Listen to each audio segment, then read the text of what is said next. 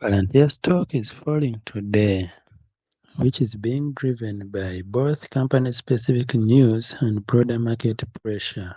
Palantir is not just having a bad day, it is already in a noticeable year-to-date decline, which matters because a stock that is already down sharply tends to become more fragile.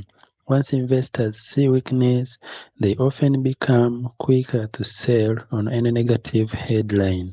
The phrases "sell-offs" and "first round-off" suggest repeated pressure, not a single isolated dip. In other words, the stock is already under stress and today's news is hitting it at a vulnerable moment. That framing is important because a 26% decline changes the psychology around the name. When a stock has already fallen that much, investors begin asking whether the original bullish thesis has broken, whether valuation has gotten too rich, or whether a better entry point is still ahead. This is specifically true for a high expectation company like Palantir, where sentiment can move faster than fundamentals. A decline like this often invites both short-term traders and cautious long-term holders to reduce exposure. Now here we see the core company-specific reason for the stock drop. The NHS is a very visible and politically sensitive customer, so even a suggestion that the relationship may end can rattle investors. Markets do not need the final consideration to react. They often sell fast when the possibility of a lost contract appears. The word could is doing a lot of work here. It means uncertainty, and uncertainty is often enough to pressure a stock, especially one already trading on high expectations. But the deeper meaning is that Palantir's reputation as a government and private public sector technology vendor is part of its involvement and investment story. When a major public contract comes under review, investors worry about two things at once: lost revenue and reputational damage. Even if the financial impact is not immediate, the signal matters. It suggests one of Palantir's most important relationships may be less stable than bulls assumed. That can affect how investors value the business, not just the one contract.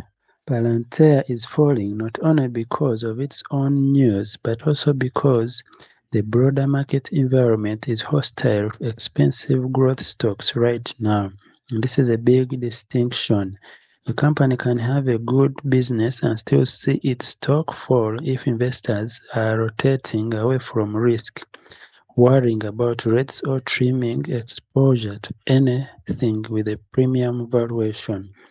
Also, the mention of SpaceX is especially interesting because it shows how stock markets are connected by sentiment as much as by fundamentals. A huge IPO can pull investor attention towards a new high-profile story, and if that IPO disappoints, it can weaken appetite for other richly valued growth names. Palantir is being caught up in a larger growth stock repricing mood, which is important because it means the drop may not be only about Palantir's operations. It may also reflect investors becoming more selective across the entire AI and high-growth universe.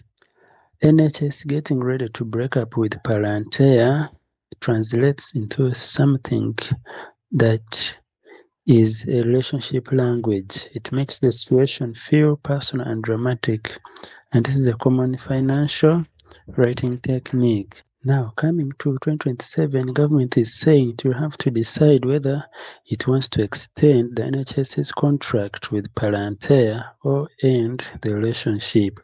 We are seeing a time horizon here, and the decision is not necessarily happening right this second, but we are seeing an emphasis that the clock is ticking towards the renewal or termination decision in 2027. And in stock market terms, that means investors are discounting the future now. Contract that may be extended or may be lost creates an earnings overhang, even if current operations are fine. The market will often price in future uncertainty, before it becomes a real financial event.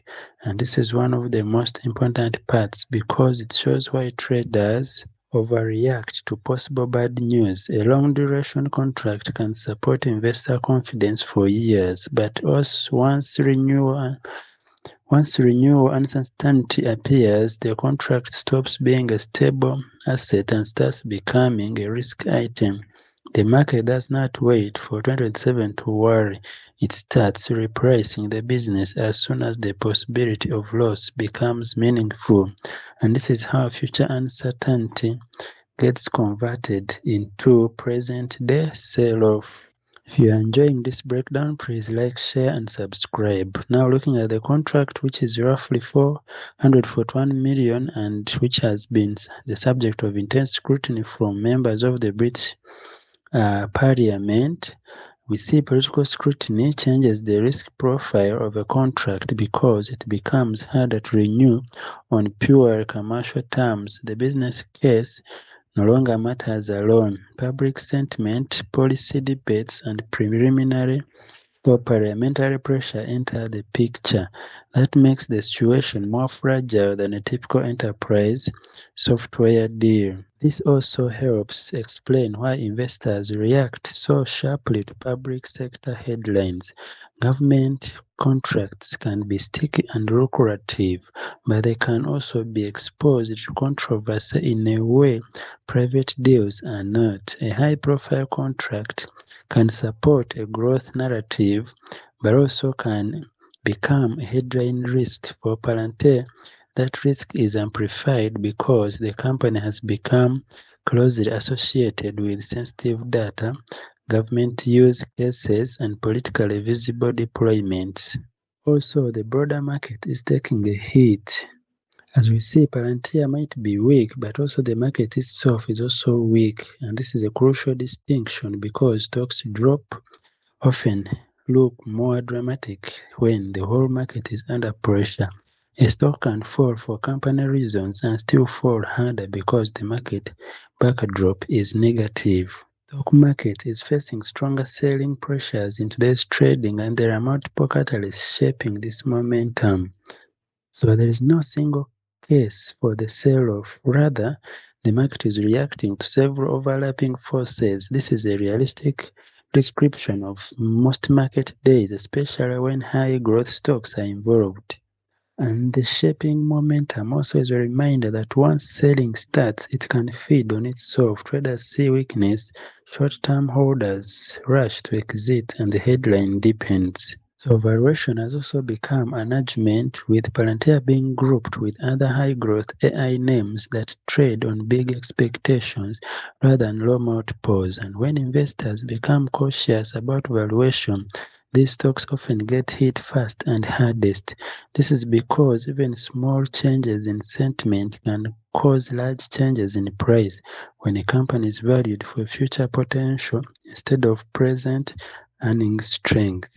And a strong analytical point here is that a stock can be fundamentally strong and still be vulnerable if the market has already priced in a lot of success. Palantir has often been treated like a premium AI stock. Premium stories are powerful when sentiment is positive, but they are also fragile when the market returns and turns cautious.